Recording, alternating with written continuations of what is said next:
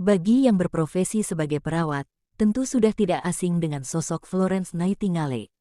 Dia merupakan seorang tokoh revolusioner Inggris di bidang keperawatan. Bahkan Florence dikenal sebagai Lady with the Lamp atau Malaikat Crimea. Selain itu, Florence juga menulis buku catatan tentang keperawatan. Sosoknya diketahui tanpa pamrih dan takut untuk menyerahkan hidup mewahnya demi merawat orang sakit serta sekarat.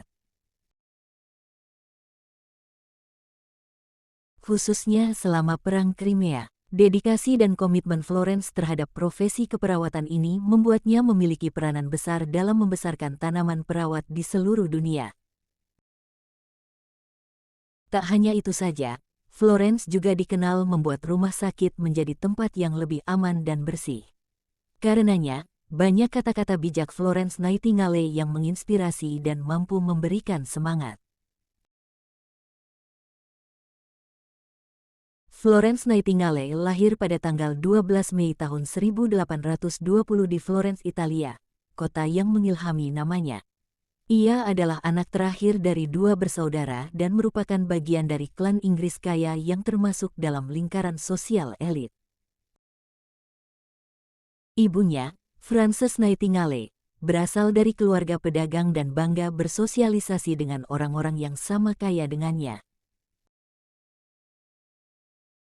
Ayah Florence adalah William Edward Nightingale, pemilik tanah kaya yang memiliki dua perkebunan, satu di Lea Hurst, Derbyshire, dan yang lainnya di Embley, Hampshire. Berkeinginan menjadi perawat, berasal dari keluarga dengan status sosial tinggi. Florence Nightingale dibimbing dengan baik oleh keluarganya di bidang bahasa, matematika, dan sejarah.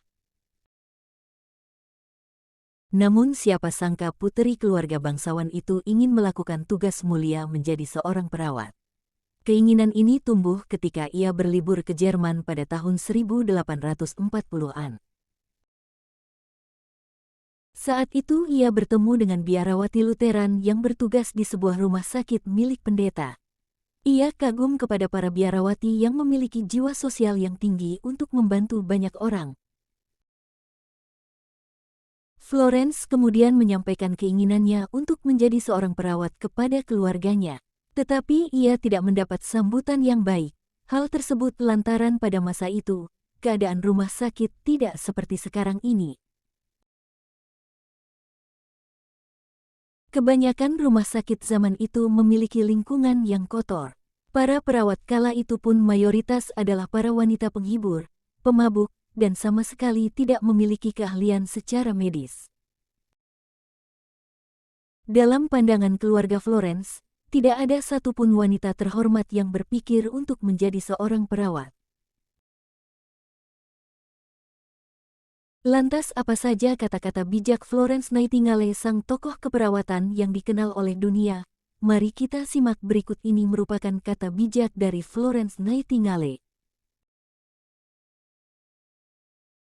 Nyalakan percikan pikiran untuk memunculkan matahari di dalam dirimu. Mungkin tampak prinsip yang aneh untuk diucapkan karena persyaratan di rumah sakit adalah bahwa hal itu tidak boleh merugikan orang sakit. Menjadi bertanggung jawab tentu saja tidak hanya untuk melakukan tindakan yang tepat untuk diri Anda sendiri, tetapi untuk melihat bahwa orang lain juga melakukannya.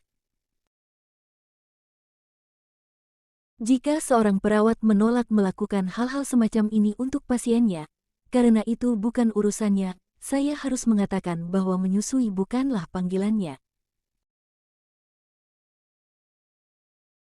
Keperawatan adalah seni progresif sehingga berdiri diam berarti mundur. Penyakit, seperti yang ditunjukkan oleh semua pengalaman, adalah kata sifat, bukan kata benda substantif. Jika Anda tahu bagaimana orang sakit yang tidak masuk akal menderita karena penyebab penderitaan yang wajar, Anda akan lebih bersusah payah tentang semua hal ini. Jalani hidup ketika Anda memilikinya. Hidup adalah hadiah yang luar biasa, tidak ada yang kecil tentangnya. Jangan pernah menganggap diri kita sebagai perawat yang sudah selesai. Kita harus belajar sepanjang hidup kita. Bahwa, dengan kerelaannya sendiri, dia telah menentukan jiwa-jiwa manapun ke dalam hukuman kekal.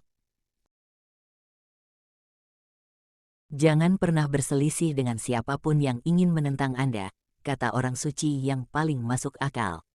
Jangan percaya semua yang kamu baca di internet hanya karena ada gambar di sebelahnya. Kebisingan yang tidak perlu adalah tidak adanya perawatan yang paling kejam yang dapat ditimbulkan pada orang sakit atau sumur. Seorang manusia tidak berhenti eksis pada saat kematian.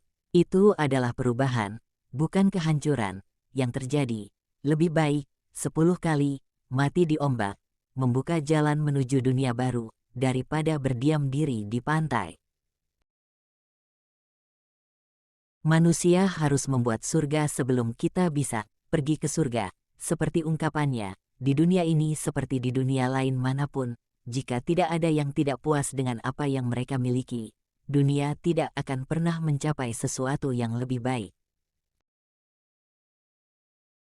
Saya berharap semua cairan desinfektan yang ditemukan membuat bau yang menjijikkan, sehingga mereka memaksa Anda untuk menghirup udara segar. Itu akan menjadi penemuan yang berguna. Dan apa yang harus dilakukan perawat dalam kedua kasus tersebut adalah menempatkan pasien dalam kondisi terbaik agar alam dapat bertindak atas dirinya. Saya melihat perbedaan sekarang antara saya dan pria lain. Ketika bencana terjadi, saya bertindak dan mereka membuat alasan. Keinginan untuk kembalinya hari, yang selalu ditunjukkan oleh orang sakit, umumnya tidak lain adalah keinginan akan cahaya. Dunia diundurkan oleh kematian setiap orang yang harus mengorbankan pengembangan bakatnya yang khas untuk konvensionalitas. Ada ketidakmungkinan fisik, bukan moral, untuk memenuhi kebutuhan intelek dalam keadaan peradaban di mana kita telah tiba.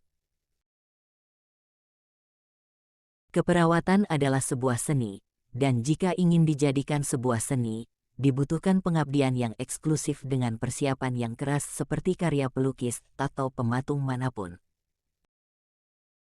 Sang martir mengorbankan dirinya sepenuhnya dengan sia-sia, atau lebih tepatnya tidak sia-sia, karena dia membuat yang egois semakin egois, yang malas semakin malas, yang sempit semakin sempit.